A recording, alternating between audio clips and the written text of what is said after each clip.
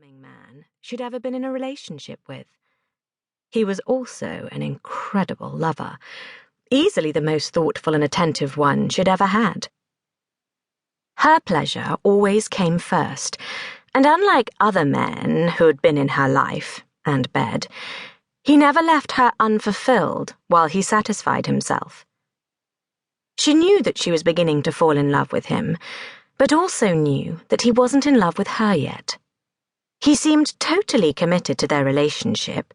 She hadn't heard any rumors about other women since they'd met at a theatrical fundraising evening and ended up in bed the same night.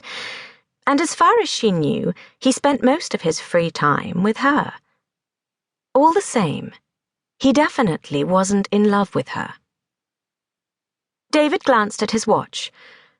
Time to shower and get you back home, before your clothes turn to rags. Not that you're wearing any right now, of course. You did say you wanted to be back by midnight, didn't you? Grace nodded. I've got an early meeting tomorrow with some possible sponsors for a new play I want to put on, if I can find a fringe theatre that's free in the next 6 months. That's what I thought. Shower or bath for you?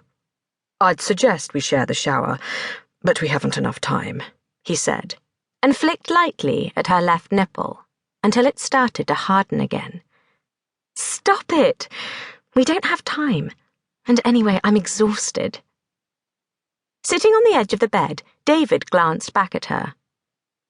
Really? You don't think you could, even if we tried? I know I couldn't. Interesting, he murmured, almost to himself, and then he lay back down on the bed again, his fingers lightly touching her now soft nipples. Slowly he rolled them between his fingers, and Grace felt her body start to stir again. I can't.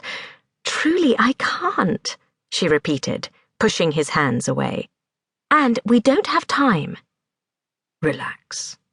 This won't take long, he assured her, and then his tongue was lapping at the areola, while his fingers continued to work on the slowly hardening nipples themselves. Despite herself, she began to squirm on the bed, her eyes wide as she looked up at him. He was watching her very closely, his expression tender, and yet also watchful. She'd never seen that look on his face before.